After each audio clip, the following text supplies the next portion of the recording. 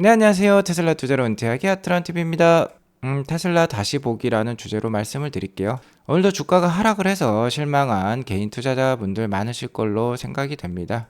자, 하지만 테슬라의 현재 상황과 3분기 실적 발표에 대해서 다시 한번 살펴볼 이유가 있겠다라고 말씀을 드리겠고요. 거기에 대해서 자세히 뜯어보면 오늘까지 하락을 했다라고 해서 비관만 있는 것은 아니다라고 말씀을 드리고 싶어요. 그 이유에 대해서 자세히 말씀드리도록 하겠습니다. 자, 일단 테슬라라는 나무를 보기 전에 미국 증시 상황 짚고 넘어갈 필요가 있겠습니다. 왜냐면 나스닥이 오늘 13,000선을 내어주고 12,983으로 마감을 했어요. 오늘도 1.53%나 하락을 했습니다. 자, 나스닥이 이렇게 떨어지는 이유 알아야 되겠죠? 자, 가장 강력한 이유는 역시나 이 10년물 국채금리에 있다라고 볼 수 있겠어요. 자, 어저께 파월 연준 의장의 매파적 발언이 있었습니다. 추가 긴축 가능성을 시사를 했어요. 자, 이에 따라서 10년물 국채금리가 어제 장중에 5%대까지도 오르긴 했습니다. 현재 4.9%를 보여주고 있는데요. 자, 10월달 들어서 이렇게 치솟고 있는 모습 나오죠. 그러자 나스닥이 어떻습니까? 이렇게 속절없이 떨어지고 있어요. 자, 그리고 10년물 국채금리가 이렇게 상승한 이유는 미국 경제가 강하기 때문입니다. 10월 달에 나왔던 경제 지표들이 모두 다 강했어요. 비농업 고용 지수 33만 건을 상회를 했죠. CPI 지수 예상치를 넘어섰었습니다. 소매 판매 역시 마찬가지였어요. 자, 이러자 연준 위원들, 특히 파월 연준 의장이 이렇게 매파적 발언을 하게 되는 것이죠. 자, 여기에 더불어서 10월 달에 이스라엘과 하마스 간에 또 전쟁이 터졌습니다. 이는 향후 유가를 자극할 수 있는 요인이 될 수도 있겠죠.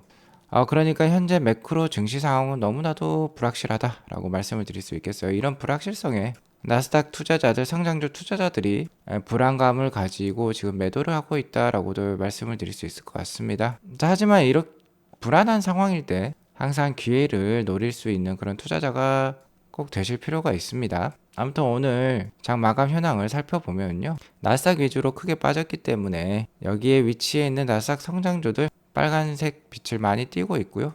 대다수 빨간색 빛을 띠고 있어요. 자, 일부 제약주라든지 경기 방어주들만이 녹색 빛을 보인 하루였다라고 볼 수 있겠습니다.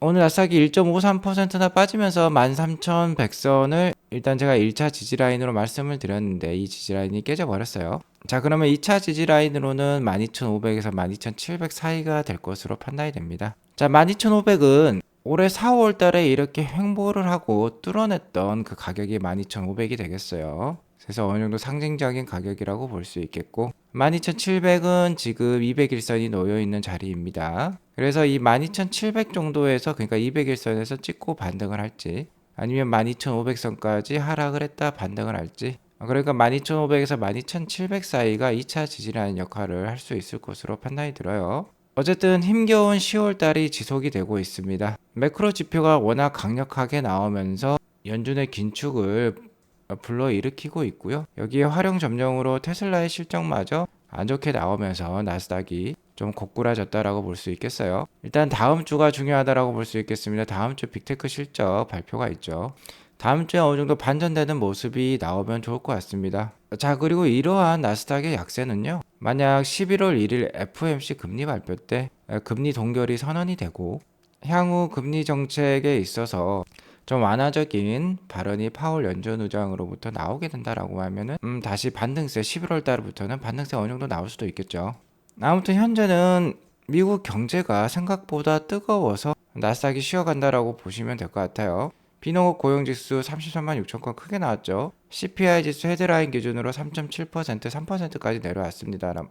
하지만 예상치였던 3.6%를 초과하는 수준이 나왔었어요. 생각보다 높은 인플레이션, 특히 최근 유가 상승이 이를 자극했다라고 볼 수 있겠고요. 여기에 더불어서 지난주 신규 실업수당 청구 건수도 생각보다 낮게 나왔고 10월 초에 발표되었던 미시간대 향후 1년 기대 인플레이션마저 기존 3.2% 대비 3.8%로서 높아지는 수치가 나왔어요. 미국 경제가 강하면 인플레이션을 자극할 수 있고 자, 이에 따라서 기준금리는 더 올라갈 수도 있겠습니다. 그런 우려감 때문에 10월달 지금 주가 상당히 안 좋다라고 볼 수 있겠어요. 자, 하지만 오늘 새벽에 확인해본 CME 페드와치에 따르면 아직까지 11월 1일에 다음 FOMC 회의 때 금리가 인상될 확률은 0%입니다. 동결될 확률이 96%로서 아주 높은 확률을 보이고 있어요. 그리고 추후에도 금리가 인상될 확률이 28% 수준밖에 안 됩니다. 일단 CME 페드와치를 보면 매크로 상황에 있어서 좀 희망을 가져볼 수 있을 것 같아요. 만약 이 시나리오대로 이 확률대로만 전개가 된다라고 하면은요. 나스닥이 충분히 12,500에서 12,700에서 지지를 받고 어느 정도 반등세 11월 달에도 보여주지 않을까라고 기대를 해보도록 하겠습니다. 어디까지 이 부분은 저희 뇌피셜이기 때문에 참고만 하시기 바라겠고요. 테슬라는 오늘 3.69% 하락한 212불 정도로 마감을 했어요. 자, 테슬라 주가 어느덧 201선에 지금 닿은 모습입니다. 자, 그리고 전저점이라고 할 수 있는 210불 정도에 지금 그 수준까지 내려왔어요. 일단은 단기적으로는 슬로우 스토캐스틱을 보더라도 지금 과매도 구간이라고 볼 수 있겠습니다. 중장기로 모아가는 투자자라면 이러한 가격대에 충분히 노려볼 만하다라고 볼 수 있겠고요. 일단 실적 발표 이후에 주가의 결판이 났죠. 하락으로 방향은 튼 거는 맞습니다. 전에 이런 식으로 쭉 추세선을 그릴 수 있는데요. 이 추세선의 하단을 깨고 내려왔죠. 그러니까 추가적인 하락도 충분히 나올 수 있어요. 우리가 작년 말과 올해 연초에 100불대 초반까지 떨어지는 테슬라 주가를 발견을 하기도 했었는데요.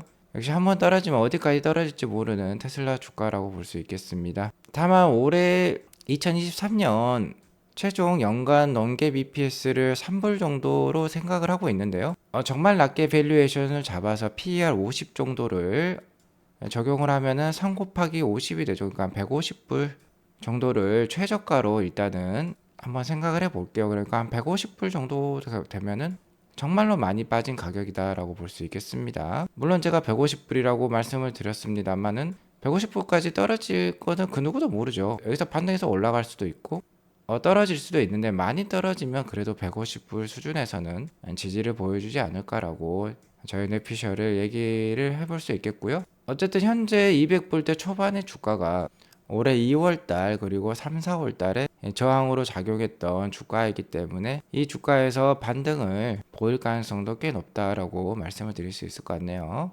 투자에 참고하시기 바라겠고요. 오늘 주가가 3% 넘게 떨어졌습니다만 솔직히 굉장히 좋은 뉴스가 있었어요. 자, 이 뉴스가 올해 연초에 나왔으면 주가가 이렇게 펄짝펄짝 뛰었겠죠. 자, 하지만 이렇게 좋은 뉴스가 나왔음에도 불구하고 매크로 상황도 제가 안 좋다라고 10월달 지금 안 좋다라고 말씀을 드렸고 테슬라도 안 좋은 실적을 발표하면서 지금 투자자들 사이에 분위기가 안 좋습니다. 그러니까 오늘 주가가 하락을 했다라고 볼 수 있겠는데요. 자, 드디어 도요타마저 NACS에 가입을 했어요. 테슬라 연합에 들어왔다라고 보시면 되겠습니다. 도요타, 렉서스를 포함하는 회사죠. 현대에 제네시스가 있다라고 하면은 도요타는 렉서스라는 럭셔리 브랜드를 가지고 있습니다. 같은 회사라고 말씀을 드릴 수 있겠는데요. 아무튼 이 도요타가 NACS 방식을 채택을 하기로 했습니다. 북미 한정인데요. 미국 시장의 강자죠. 도요타 엄청난 강자입니다. 그리고 세계 카메이커 1, 2위를 폭스바겐과 다투는 업체이죠. 그러니까 오늘 이 파급력은 상당히 클 법도 했는데 테슬라 주가는 오히려 3% 이상 하락을 보여주었어요. 자, 하지만 언젠가는 이러한 펀더멘털이 주가에 반영이 됩니다. 그러니까 일단 첫 번째로 테슬라로 이렇게 통일되는 모습에 테슬라에 대해서 희망을 가져볼 수 있어요. 현재 북미에 12,000대 이상의 테슬라 슈퍼차저가 있는데 이제 도요타와 렉서스 고객도 이 슈퍼차저를 이용할 수 있게 되었고요.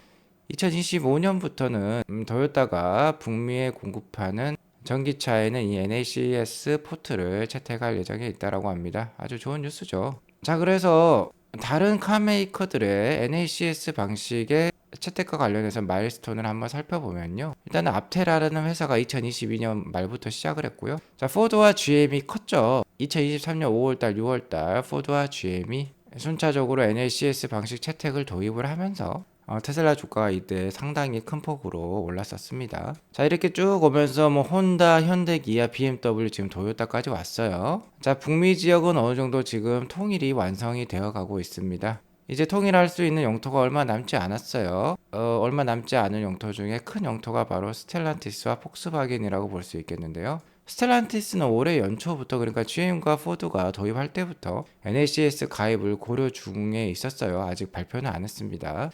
조만간 스텔란티스도 발표를 할 수 있고요. 이제 중요한 회사는 폭스바겐 정도 남았겠죠. 폭스바겐은 일렉트리파이 아메리카라는 자회사를 두고 있기 때문에 지금 발표가 좀 늦어지는 것 같은데, 일렉트리파이 아메리카도 NACS 방식, 그러니까 테슬라의 슈퍼차저와 같은 충전 포트를 도입을 하기로 했기 때문에 폭스바겐 역시 시간 문제일 것 같아요. 현재 슈퍼차저 커넥터, 그러니까 충전기는 엄청나게 빠른 속도로 증가하고 있습니다. 연간 30% 이상의 속도로 계속해서 증가를 하고 있어요. 현재 51,105개의 충전기가 글로벌에 있습니다.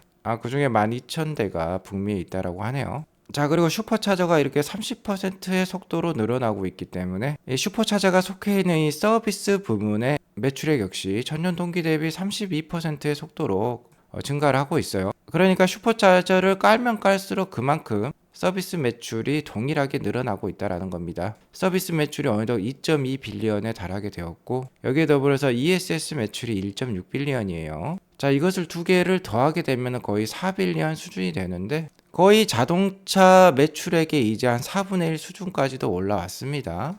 자동차 매출액이 전년 동기 대비 이번 3분기에 4%밖에 늘지 않았습니다만 ESS 매출은 40%, 슈퍼차저가 포함되어 있는 서비스 매출은 32%나 증가를 했어요. 향후에는 분명히 테슬라가 이런 자동차 부문뿐만 아니라요, 에너지와 그리고 기타 소프트웨어 부분에서 훨씬 더 많은 매출액과 수익을 달성할 수 있을 것을, 그 포텐셜을 지금 이 성장률에서 보여주고 있다라고 볼 수 있겠어요. 자, 그리고 이 슈퍼차저, 그러니까 이 서비스 사업 부분에서 매출만 증가하면 안 되겠죠. 실제적으로 이익도 이렇게 증가를 하고 있습니다. 슈퍼차저 역시 하드웨어를 곳곳에 깔아야 되죠. 그렇기 때문에 슈퍼차저를 초반에 까는 동안에는 적자를 보는 그런 사업 영역이었어요. 하지만 2021년 말부터 흑자로 돌아서는 분위기가 나왔고, 계속해서 6개 분기 연속 이 서비스 분야, 그러니까 슈퍼차저 사업 분야에서 흑자가 나오고 있습니다. 자, 흑자 규모가 거의 이제 2천억에 달하는 그런 모습을 보여주고 있어요. 이제는 무시하지 못할 그런 사업 영역이 되었다라고 볼 수 있겠습니다. 분기당 2천억씩 수익을 만들어낸다라는 거는, 자, 우리나라 기준 웬만한 중견기업, 웬만한 대기업 계열사 수준의 그런 수익을 만들어내고 있다라고 보시면 되겠습니다. 그리고 이 사업 분야가 지금 연간 30%씩 커지고 있어요. 굉장히 빠른 속도로 커지고 있기 때문에 기대해 볼 수 있는 분야다라고 볼 수 있겠고요. 이번 3분기에 자동차 부분의 매출액 성장은 너무나도 약했습니다만, 자, 그래도 4분기에는 더 강해질 것으로 예상이 돼요. 올해 180만 대 달성을 어떻게든 해보겠다라고 테슬라가 얘기를 하고 있는데요. 정말로 마음을 굳게 먹고 있는 것 같습니다. 4분기는 어떻게든 판매를 많이 만회해 보려고 지금 노력을 하고 있는 테슬라인데요. 자, 오늘 새벽에 나온 뉴스입니다. 자, 이 뉴스를 보면 테슬라가 정말 목표 달성을 위해서 매크로가 안 좋은 작금의 상황에서 어떻게든 오더를 쥐어 짜내고 있는 것 같습니다. 테슬라의 모델 S 판매부터 시작을 해보면 한 10년 전부터 본격적으로 차량을 판매해 왔는데요. 정말 일찍 팔렸던 차량은 이제 10년 차에 접어들었을 겁니다. 바로 모델 S가 되겠는데요. 10년 전에 차량을 샀던 사람들은 차량을 바꾸고 싶겠죠. 그리고 그 시절에 차량을 샀던 사람들은 거의 평생 프리 슈퍼차징, 그러니까 에너지를 무료로 쓸 수 있는 그런 권한을 가지고 계신 분들도 있어요. 만약에 그런 고객들이 올해 연말까지 새로운 모델 S나 X 그리고 모델 Y까지도 해주네요. 그러니까 이 새 모델을 인수를 하게 되면, 그러니까 등록을 하게 되면 계속해서 프리 슈퍼차징 서비스를 제공을 한다라고 합니다. 그러니까 신규 고객뿐만 아니라 기존 고객으로부터라도 오더를 더 만들어내려고 하고 있는 테슬라라고 볼 수 있겠어요. 자, 그리고 현재 테슬라 생산 캐파 235만 대 수준까지 이르렀습니다. 연간 기준으로. 자, 그리고 3분기를 끝으로 공장 업그레이드 과정이 어느 정도 끝났어요. 물론 사이버 트럭의 설비들은 계속해서 증설을 해야겠습니다만은 기존 모델들의 업그레이드 과정은 끝났기 때문에 4분기는 밀어붙일 일만 남은 것 같습니다. 자, 어쨌든 이 뉴스는요, 이 소식은 북미 고객들에게만 해당된다라고 해요. 어쨌든 미국에서 최대한 오더를 쥐어 짜내려고 하고 있는 테슬라다라는 거 우리가 확인해 볼 수 있고요. 또 하나 희망을 갖자라고 하면은 역시 11월 30일에 있을 사이버 트럭 인도식을 들을 수 있겠어요. 자, 10월 달까지는 테슬라나 나스닥이나 주가 지금 약할 수 있다라고 말씀을 드려왔죠. 매크로 상황이 너무나도 증시 상황에 가혹하기 때문이라고 볼 수 있겠는데요. 만약에 10월 달까지 테슬라 주가가 약하더라도 11월 30일에 테슬라 주가를 자극할 만한 이 사이버 트럭 딜리버리 이벤트 호재가 있으니까요. 11월 말까지는 어느 정도 의미 있는 반등이 한 차례 나올 수 있지 않을까라고 조심스럽게 예상을 해보도록 하겠고요. 사이버 트럭 생산 전망을 레이어드님이 이렇게 올려주셨는데, 자, 블룸버그 달말기를 보면 사이버 트럭이 내년에 9만 대 잡혀 있고 2025년에는 약 한 16만 대 정도 잡혀 있네요. 하지만 일론 머스크의 의견은 다릅니다. 내년에는 12만 5천 대, 그리고 내후년에는 25만 대예요. 그러니까 올가보다 더 많은 수량의 사이버 트럭을 생산해서 판매만 할 수 있다라고 하면은 내년과 내후년에 계속해서 어닝 서프라이즈 기록을 할 수 있는 테슬라가 될 수 있겠죠. 자, 그리고 무엇보다도 이번에 희망을 봤던 거는요, 바로 에너지 사업 부분이 되겠습니다. 자, 에너지 부분 마진율이 24.4%에 달한다라고 지금 얘기가 나왔죠. 자, 이 그래프를 보면 잘 알 수 있는데요. 자동차 부분의 마진율은 현재 이렇게 좀 내려오고 있습니다. 자, 하지만 에너지 마진율은요, 2021년이나 2022년까지만 해도 적자였는데 흑자로 돌아서면서 급성 장세를 보여주고 있어요. 지금 이렇게 패러티가 나왔다라고 볼 수 있겠습니다. 역전이 나온 거죠. 이번에 오토그로스 마진율은 15% 초반이 나왔지만 에너지 마진율은 24%나 나왔어요. 그리고 무엇보다도 환호할 만한 점이 에너지 매출액이 이렇게 기하급수적으로 증가를 하고 있다라는 겁니다. 자, 에너지 부분의 가장 큰 매출은 ESS 사업이에요. 메가팩 사업이죠. 제가 잠깐 산수를 해봤더니 실로 정말 엄청난 사업으로 성장할 수 있는 부분입니다. 현재 캘리포니아에 있는 레스롭 공장만, 그러니까 메가팩토리만 돌아가고 있는데요. 이번 분기에 4기가와트시를 달성을 했고 4기가와트시를 설비를 인도를 하면서 1.5빌리언에 달하는 3분기 매출액을 만들었어요. 그리고 앞서 보셨듯이 지금 수익률이 25%에 달합니다. 그러니까 1.5빌리언의 25%면은 우리나라 돈으로 약 5천억 원의 수익을 이번에 ESS 사업으로 만들어냈다라고 보시면 되는데요. 미국 공장, 그러니까 캘리포니아 공장이 풀 캐파로 돌아가면 연간 40기가와트시의 메가팩을 생산을 해낼 수 있어요. 자, 그럼 이를 4로 나누게 되면 분기당 10기가와트시가 되죠? 자, 그리고 중국 상해에도 메가팩을 지금 건설하고 있습니다. 9월 달에 착공을 했다라고 하고 내년 2분기 이후부터 가동이 될 수 있어요. 이 공장의 연간 캐파 역시 40기가와트시를 목표로 하고 있습니다. 레스롭 공장이랑 똑같은 캐파죠. 그럼 이 역시 분기당 10기가와트시를 만들어낼 수 있게 되는 겁니다. 그럼 테슬라는 메가팩 공장을 이렇게 두 개를 갖고 가게 되면 분기당 20기가와트시의 최대 매출액을 달성을 할 수 있게 돼요. 그러면 현재 4기가와트시로 5천억 원의 수익을 만들었는데 분기당 20기가와트시로 풀캐파로 돌아가게 되면 5배가 증가하게 됩니다. 그럼 수익이 쉽게 계산을 해보면 5배가 증가를 하게 되는 거죠. 5천억 곱하기 5가 되는 거예요. 그러면 2조 5천억 원의 수익이 분기당 만들어지게 됩니다. 자, 2조 5천억 원의 수익이 분기당 만들어진다. 엄청난 수익이죠. 테슬라의 이번에 어닝 레포트를 봐도 얼마나 큰 수익인지 알 수 있는데요. 테슬라가 이번 분기에 만들어낸 영업이익이 1.7빌리언 정도, 그러니까 우리 돈으로 따졌을 때 2조 한 2천억 원 정도가 되는 돈이에요. 자, 좀 전에 제가 ESS 사업만으로도 분기당 2조 5천억 원 수익을 만들어낼 수 있다라고 했는데 거의 이번 분기 전체의 영업이익에 맞먹는 그런 수익을 이 ESS 사업으로 만들어낼 수 있다라는 겁니다. 아무래도 내년에 중국 상하이 메가팩 공장이 가동을 하게 되면은요, 아무래도 램프업 과정을 거치게 되고 그렇게 되면 2025년 말 정도부터는 정말 이 두 개 공장 다 풀캐파로 돌아가면 이 정도의 수익이 나올 수도 있겠다라는 거 우리가 예상을 해볼 수 있죠. 자, 이런 것들을 따지면 현재 주가는 기회를 주고 있다라고 볼 수 있겠습니다. 현재 주가부터 한 150불 때까지는 정말 이제 놓치지 말아야 될 구간이 아닐까라고 저희 내피셜을 말씀을 드리겠고요. 테슬라의 주가 변동성 하루에 10%도 넘게 떨어지는 것을 보면 상당히 겁이 날 뻔도 한데요. 테슬라 자체적인 재무제표를 살펴보면 너무나도 안전한 회사라는 걸 확인해 볼 수 있습니다. 테슬라는 현재 부채가 거의 없다라고 보시면 돼요. 부채를 계속 줄여왔죠. 현재와 같은 매크로 상황을 우려한 일론 머스크의 정책이라고 볼 수 있겠고요. 현재 캐시는 넘쳐납니다. 현금만 35조 원을 가지고 있는 회사예요. 빚은 없고 현금은 이렇게 많이 가지고 있기 때문에 어떠한 폭풍우와 와도 잘 견뎌낼 수 있다. 일론 머스크도 이 점을 강조를 하고 있죠. 자, 이러니까 우리 믿고 투자할 수 있는 회사라는 겁니다. 자, 이제 정말 에너지 사업 부문에서 의미 있는 수익이 나오고 있어요. 오늘 이것으로 방송을 마치겠고요. 오늘 방송이 도움이 되었으면 구독과 좋아요, 알람 설정 꼭 눌러주세요. 멤버십 가입도 많이 부탁드리겠습니다. 행복한 주말 되세요. 감사합니다.